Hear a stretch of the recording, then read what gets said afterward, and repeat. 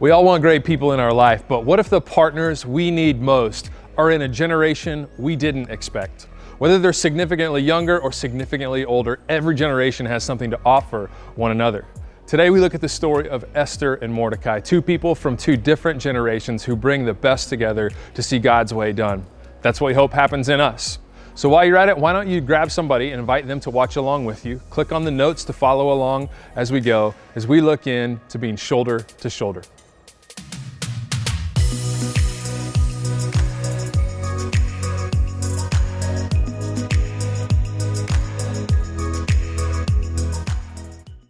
But here's where we're going to land eventually. If you're grabbing your Bible right now, we're going to land in the book of Esther in just a few minutes. But first, I want to get all of us in on this. I was born in 1978. Just a moment of confession, that's right, I'm from the 1900s. And so, depending on who you ask, that puts me either at the very tail end of Gen X or the very beginning of millennials, which doesn't make me special. No Gen Xer ever thinks they're special, and millennials, that's the only message they got for a while. But just for a minute,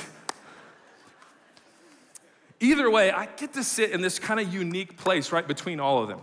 Now, I just want to say that while no generation descriptor ever captures a person 100%, right? They're just themes and patterns. And so we cannot project that on other people. Still, the eras and circumstances and events in which we emerge as people affect who we become.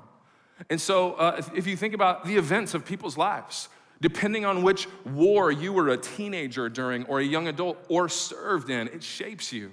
The way you took in the events of 9/11 or 1 October, the way we think about the season of life in which a global pandemic hits, all of those shape who we are becoming along the way. The events of each generation matter. Technology matters, like a smartphone in everyone's hands. Home computers, remember when we used to have to call them home computers? Kitchen appliances was technology at one point, as was indoor plumbing.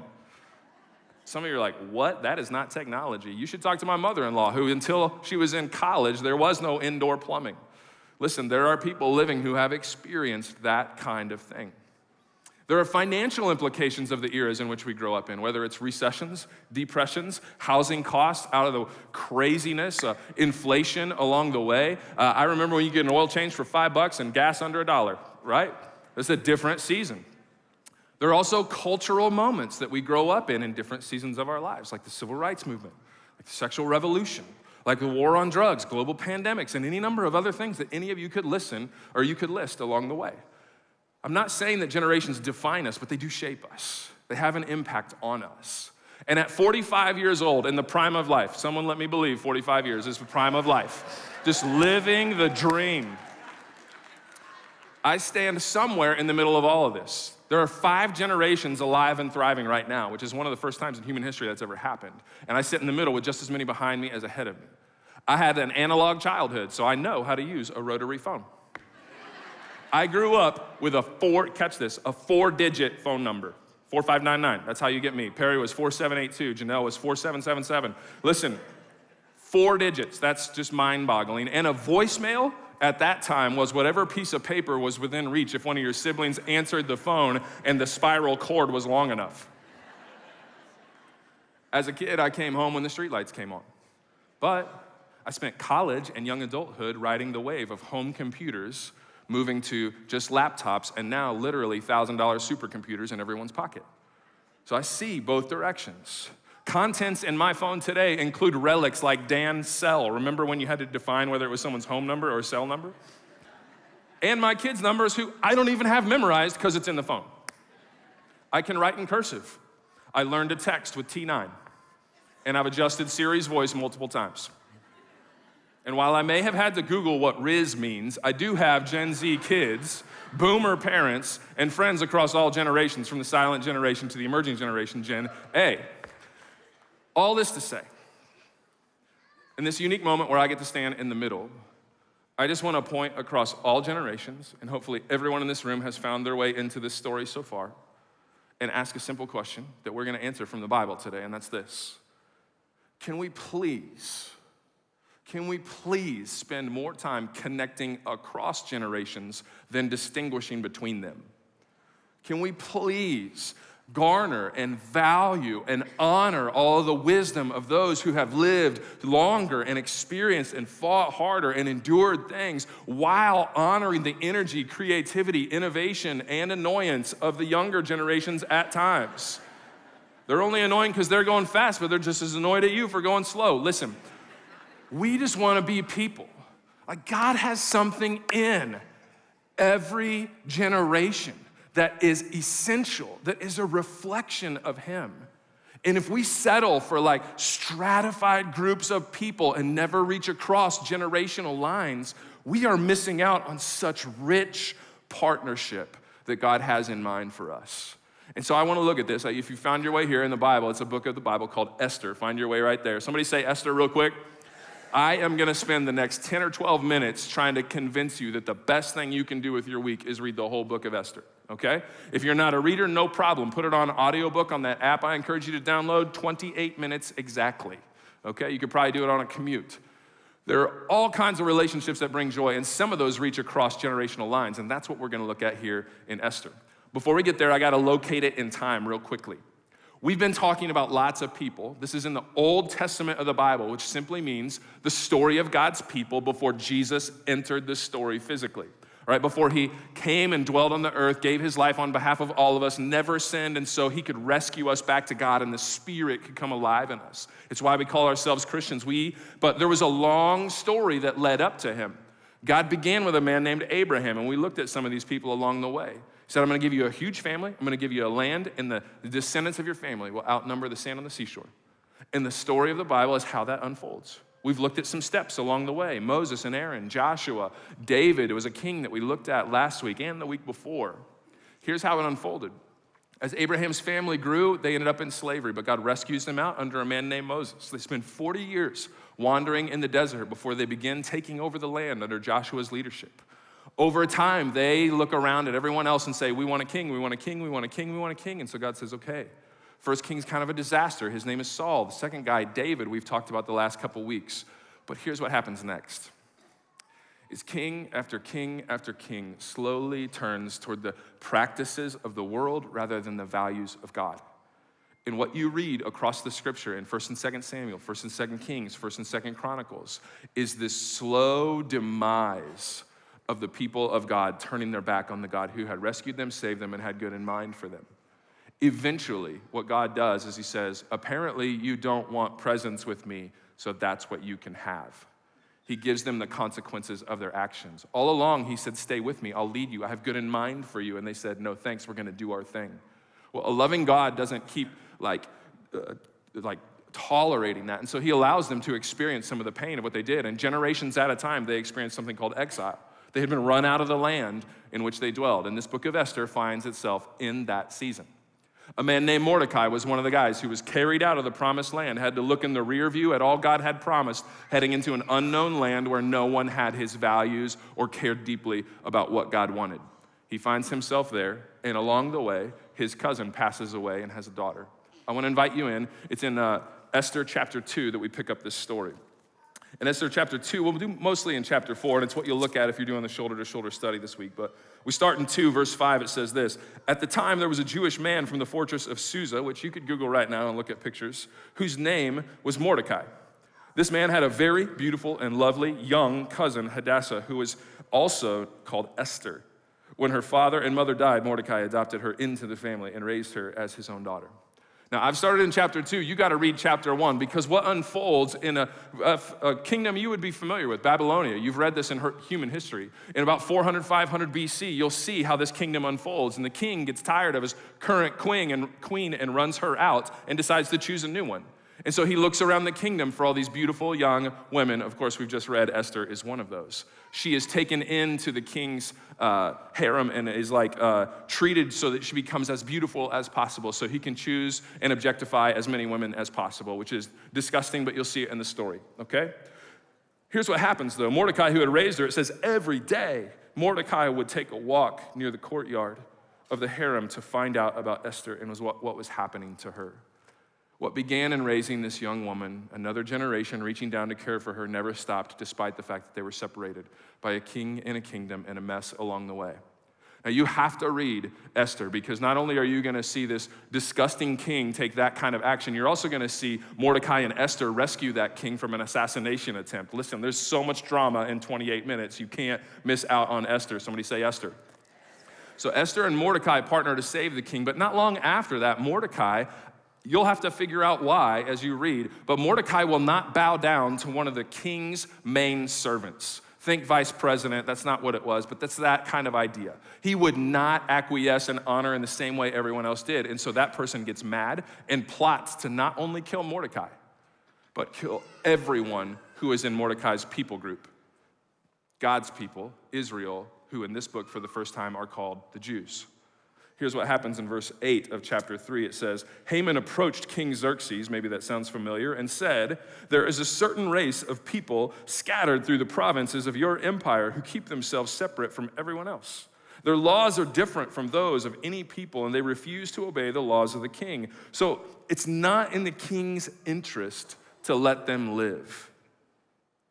If it please the king, issue a decree that they will be destroyed. And I will give 10,000 large sacks of silver to the government administrators to be deposited in the royal treasury. This man's pride is hurt. He convinces the king to be bought off to wipe out an entire people group on a single day, chosen at random, months in the future, like medieval purge, okay? This is what was supposed to unfold. Mordecai, who wasn't just a man who was carried into exile, he was actually a descendant of the previous king, Saul. So he was something of a leader among his people, and he hears this decree that goes out. And so this is what we see in chapter 4, verse 1. We'll land mostly in chapter 4. It says, when Mordecai learned about all that had been done, he tore his clothes, put on burlap and ashes, and went out into the city, crying with a loud and bitter wail. This was a long history of the people of Israel would put on burlap, which is terribly uncomfortable to feel the pain of the situation. Ashes representing some of the destruction that they were experiencing, the inner turmoil made outwardly visible. Mordecai was racked with like fear and regret and hurt, and so it was visible in the way he showed that. Verse 20, it says, he went to the gate of the palace, as far as the gates of the palace, for no one was allowed to enter the palace while wearing the clothes of mourning. This king couldn't be bothered with sad people. And as news of the king's decree reached all the provinces, there was a great mourning among the Jews. They fasted and wept and wailed, and many people lay in burlap and ashes. If you're keeping score at home, we've seen a queen deposed, women objectified, a new queen chosen along the way, an assassination attempt replaced already. Have I baited you in yet to reading Esther? And now we're talking about genocide, a potential genocide on a random day in the future at the whim of an ambivalent king. It's a pretty tragic story along the way. Now, I hope you'll read especially chapter 4. It's what you'll do in the shoulder-to-shoulder study this week if you look. Most of chapter 4 is an exchange between Esther and Mordecai, doing what I'm going to encourage all of us to do, partnering across generations to do something that only the very best of both generations could ever accomplish. You'll watch how it unfolds. This young woman in a place she never wanted to be. By this point, maybe in her mid-20s, this older man who had raised her, constantly checked on her in utter turmoil, is now maybe in his 60s, 70s. They reach across those lines and partner in some powerful ways. Most of chapter 4 is messaging back and forth. Esther hears about Mordecai and looks for him where he normally would visit her, and he can't be there because he wasn't allowed in. So she sends a message along with new clothes. Mordecai, I want to see you. Put better clothes on so you can come in. He says, absolutely not. I'm in utter turmoil. Do you not know what's happening? I don't know if she did or not. You'll have to check it out. But listen, Mordecai refuses, and he replies with a long list of evidence for what was happening. So the queen would have, did I mention Esther had become queen? You got to read Esther. Mordecai replies with this evidence so that the queen, who was just a part of a harem, hadn't seen the king in months, finds out exactly what's going on. Esther replies with one major problem. See, when Mordecai messaged her, he not only offered evidence, he said, Esther, you are in the perfect position to advocate for our people before the king. He, with his wisdom, says, this is the only way. You got to do it. And she looks at the situation in front of her and says, I'm terrified. And that's reasonable. She literally says, if I go before the king without permission and he doesn't extend a golden scepter, I'm dead on the spot. We pick it up in verse 13 of Esther chapter 4. Mordecai sent this reply to Esther. Don't think for a moment that because you're in the palace that you will escape when all other Jews are killed. If you keep quiet at a time like this, deliverance and relief will come for the Jews. Deliverance and relief for the Jews will arise from some other place, but you and your relatives will die. Who knows if perhaps you were made queen for such a time as this? What a powerful question. Verse 15, then Esther sent this reply to Mordecai, go and gather together all the Jews of Susa and fast for me. Do not eat or drink for 3 days, night or day. My maids and I will do the same, and then though it is against the law, I will go in to see the king. If I must die, I must die. So Mordecai went away and did everything Esther had ordered him. Did you catch this? Look at the generational exchange. Mordecai offers something Esther could not have known and calls her to do something she never would have chosen to do on her own. Esther says, under these circumstances, you got to partner with me. There's a beautiful partnership that you've got to explore when you read what book this week? It's only 28 minutes. We've seen an assassination attempt and a potential genocide. If you read on, you're going to find political posturing to rival any you've ever seen, along with a 75-foot gallows on which someone is hanged that you didn't see coming. A miraculous plot twist and a highly questionable ending is what you'll find. You'll be asking, is that okay? And who is actually the hero of this story? It's worth a half an hour of your time. What you're gonna find, just so you know, the Bible is not a book full of heroes. The Bible is a book full of humans. You're gonna find Esther and Mordecai very imperfect. You're gonna have to ask some hard questions about what they did and why they did it. They are still imperfect people who had something to offer, which is good news for us, right? Any imperfect people in here? Show of hands real quick. Okay, so there's imperfect people and lazy people. That's cool. Imperfect, right? So there's hope in this. If we wait for perfect people to learn from, there's only one we can learn from, and we constantly do this, Jesus, right? But everybody else in the way that actually lived out in our times, in our places, we've got to be able to sort through like I used to do with my kids. We wouldn't just watch Christian movies. That's crazy. We would look at movies across and ask powerful questions like, where is God in this? What would God be pleased in this? Where does it not line up with who our family is or who we're becoming or what is important? We've got to be able to sort through that stuff. And so here's what I'm gonna do for just the last few minutes as we're together, is look at this story and encourage you to look again later this week when you read which book? Okay, I promise this is the last time. It's probably not. I wanna give you 3 quick insights about reaching across generations because we wanna be this kind of people. I've been so encouraged by the way the diversity across our population has grown in every direction, multi-ethnic, multiracial, but many times people don't understand the power of reaching across multiple age groups. We need to learn from the scripture how to do that well. Esther and Mordecai do that well. And the first thing we see in them is this, that these partners reaching across generations offer keen insight along with really great questions. Who has made you go, huh? And then made you think with a powerful question? This is the kind of insight that we need. People only see what they see. Does that make sense to you? People only see what they see. And how many times do we get tunnel vision or the thing in front of us becomes so big it's the only thing we can see? This happens with Esther. She was in the perfect spot and she has all this overwhelming information, but all she could see is if I go in there, I might die. And that's reasonable because she's not a hero, she's human.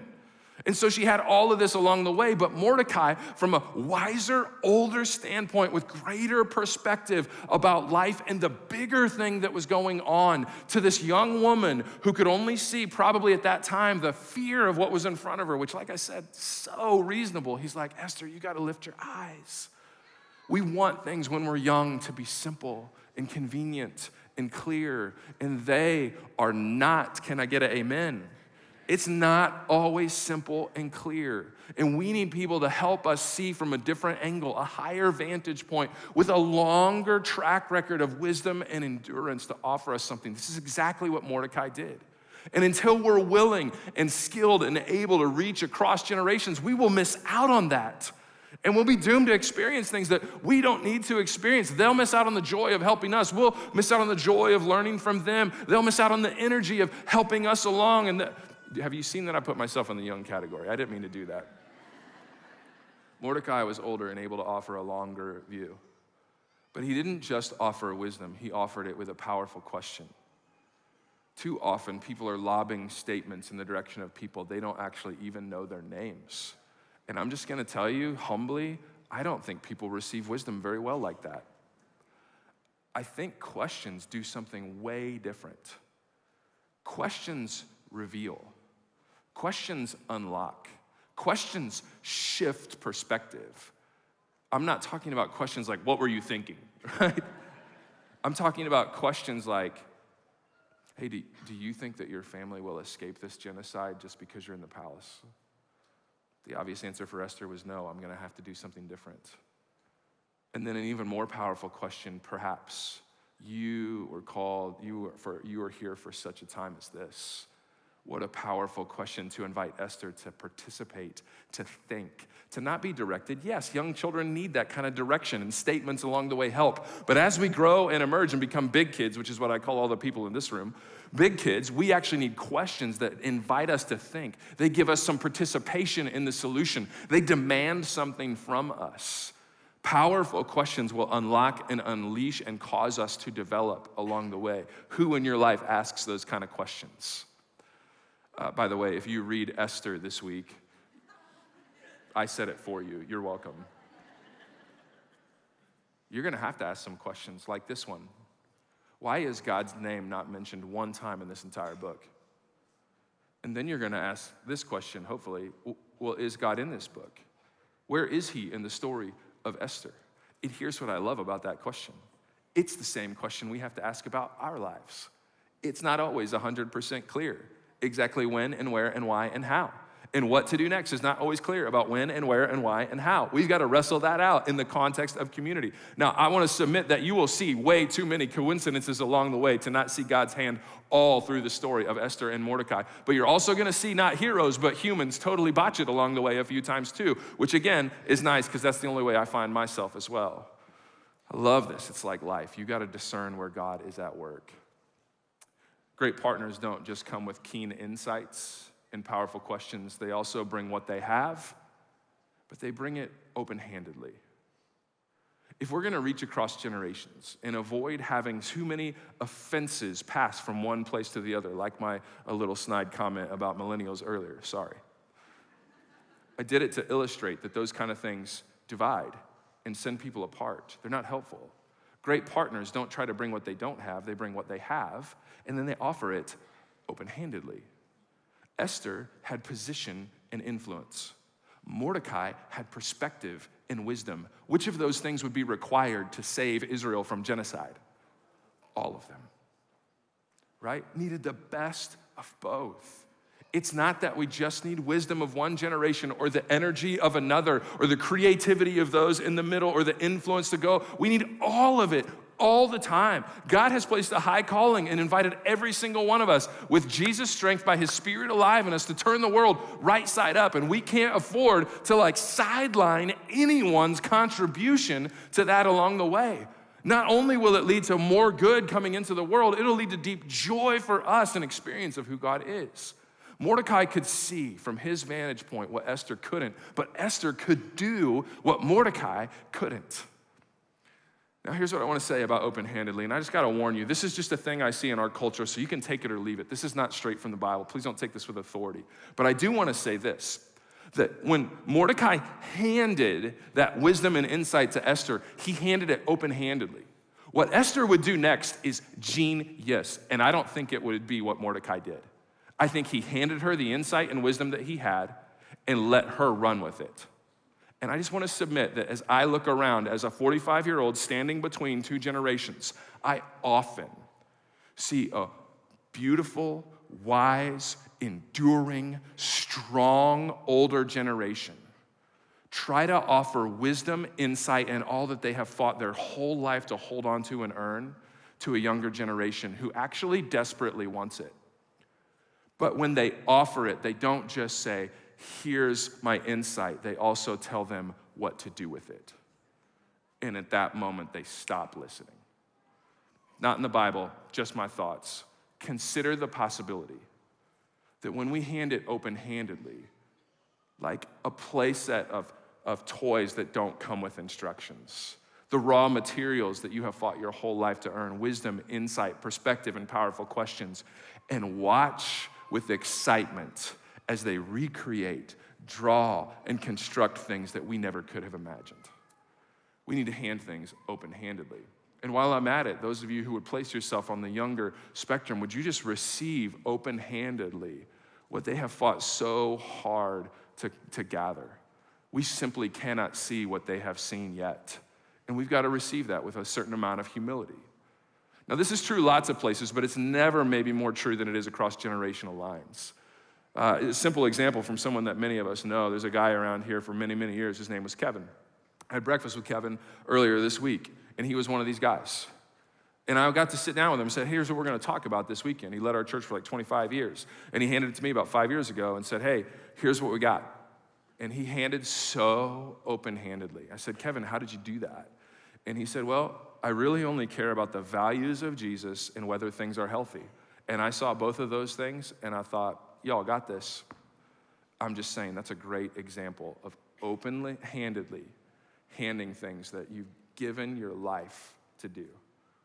Finally, great partners earn the right to speak way before they need it.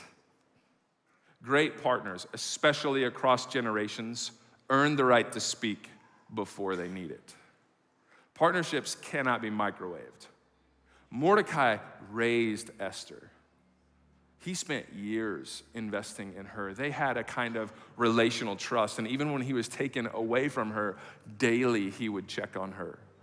And when he was in a dark place, Esther made sure he had what he needed and had a chance to listen to her. Listen, there's reaching across and developing the kind of relationships outside of our generation is so essential before it's desperately needed. So many times in the culture in which we live, again, just an observation for me, we are stratified by our ages in so many different places that we have not interacted with such a wise generation or know how to receive from them. We haven't built the kind of relationship and understanding, the long listening that it takes to understand and discern what they're trying to hand us, because they just hand it differently. They didn't grow up with a phone in their hand. Or these people over here, they've only lived so long, they never have known a moment where they couldn't get an answer like that. The patience has just run out. And so listen, the relationships that have to be prioritized across generations before it's needed to partner is so important. Because here's the thing. We live in a culture where generations, especially older, wiser generations, put yourself in whichever generation you want, are more and more dismissed, sidelined, ignored, and alone. And in a time in life where they have more wisdom, insight than ever, we're missing it. If anyone should be seeing the value of every single human, despite any category, including age, it should be the people of Jesus. And while it may take a little longer than we would like to, and while it may come a little slower and a little bit different package with a little bit different tone, with a little bit different words than we would prefer in the generation in which we have been raised, we gotta patiently draw that out because their contribution is absolutely essential. And at the same time, there are things emerging that God has put in younger generations who are a bit reckless and have a little bit craziness. But let me just tell you, if you put yourself anywhere on the old side of things, which I'm finding my way in that direction, if you put yourself anywhere on the old side of things, you desperately need the energy, creativity, and innovation of the people who are behind us. Can I get a uh-huh? I spent 5 minutes with 3 teenagers up there yesterday afternoon, and I had more energy than I'd had in 3 days. We recently did a night of worship where this place right here was just full of teenagers. You should have watched what happened in the rest of us old people as we watched them cut loose. I'm just saying, we don't get to dismiss any generation because God has beauty in every generation. And so my question for you is, what will you do to reach across generational lines and create more space than ever for people unlike you? How will you reach up for the wisdom and insight that you haven't yet had time to gather without any lack of self-confidence? You just haven't gotten there yet, but they would be so glad to offer that to you gently. And how might you reach down across generations and just marvel at the creativity, the clumsiness, and just say under your breath, I remember that. There is so much good to be had. And so let me just ask, why don't you call to mind one person in a different generation to you that you this week could reach out to and spend some time with? Who comes to mind? That because of your busyness and the hurry and scurry of life, you just haven't made time to really slow down and just be with, to just soak up who they are and who they're becoming, to bring some really powerful questions and draw out the best of them. I don't know a single person who doesn't long to be known and understood. And whoever is coming to your mind, I think would probably be honored at the opportunity with you. Let me just encourage, don't choose the likely suspects. Choose the people on the margins. There are people on the margins everywhere that have beauty and awesomeness in them that people just haven't taken time to look. So maybe don't even choose your first intuition. Maybe reach across your life for someone else. It's in this way of bringing all the good that God has put across all of us that we find our way forward. It's exactly how the story of Esther, which you're going to read this week, it is a story of God being one who makes a way. Mordecai saw no way, Esther saw no way, and God made a way. It's what he does.